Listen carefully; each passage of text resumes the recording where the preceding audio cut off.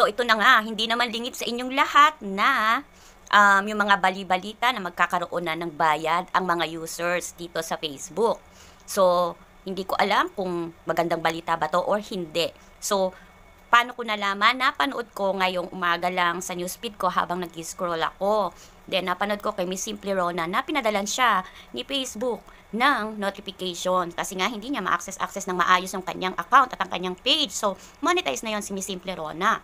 And then, para ma-access niya ng maayos ang kanyang Facebook account, so sasabihin ko sa inyo, nag-roll out na si Facebook ng two choices sa Europe, sa UK. Kahit nahanapin nyo sa Google, i-search nyo sa Google yung bagong updates ni Facebook about sa updates niya about sa UK, sa Europe na Facebook or Meta. So, napanood ko kanina umaga sa kanya dahil hindi niya ma-access yung kanyang account ng maayos at ang kanyang page.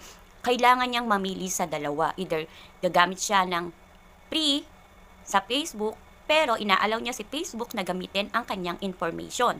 And then yung pangalawa namang choices ay yung magsasubscribe ka kay Facebook at yung account mo kapag ka nanonood ka ng mga content, ng mga paborito mong content creator sa Facebook ay wala nang lalabas na ads.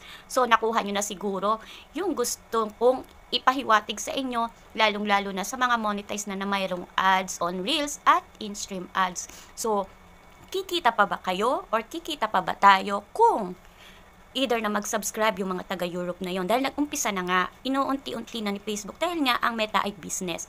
So, yun nga, kayo na ang mamimili kung gagamit kayo ng free of access dito sa platform ni Facebook. Kung pipiliin nyo yung free, inaalaw nyo si Facebook na gamitin ang information ninyo.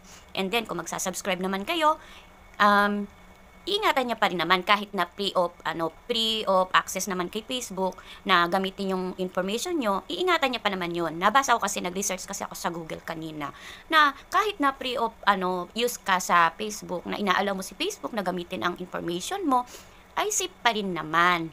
Sabi doon sa nabasa ko.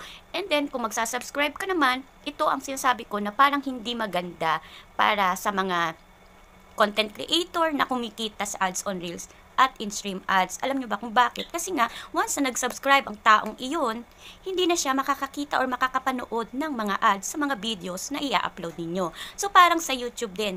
Alam nyo ba kasi sa YouTube, premium member kasi ako sa YouTube. So, nakakapanood ako sa YouTube nang wala akong napapanood na patalastas. Oo, content creator din ako doon sa YT, pero wala akong napapanood na patalastas dahil nga premium member ako or nakasubscribe ako kay YouTube.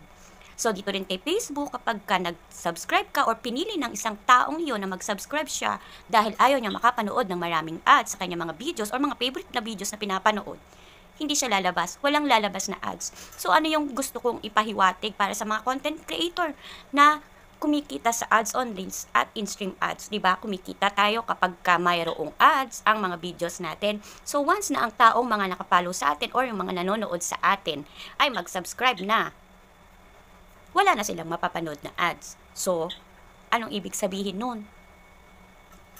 Ang kita sa ads on Reels at in-stream ads ay maaring bumaba. Hindi ko pa naman sigurado, pero ganun ang kinikinita ko, yung ganun salita. Kasi nga, once na nag-subscribe yung mga nanonood sa inyo, lalo na nag-start na sa Europe, so yung mga nanonood doon sa Europe na mga followers ninyo, na nanonood ng mga videos ninyo, hindi na sila makakakita ng ads ninyo kung mag-subscribe sila. At kung pipiliin naman nila ang free of use ng Facebook ay makakakita sila ng maraming ads sa mga videos ninyo, pero inaalaw nila si Facebook na gamitin ang kanilang mga information. So, kayo mga lalabs, ano sa tingin ninyo? Maganda ba o hindi ang balitang ito? So, nag-start na ng rollout dito doon sa Europe. At syempre, susunod-sunodin na yan at uunti-untiin na yan. Dahil nga, napapanood nyo naman at nababalita naman talaga na magkakaroon na ng bayad dito kay Facebook. So, sa inyong palagay, maganda ba or hindi? Comment down below. Follow for more.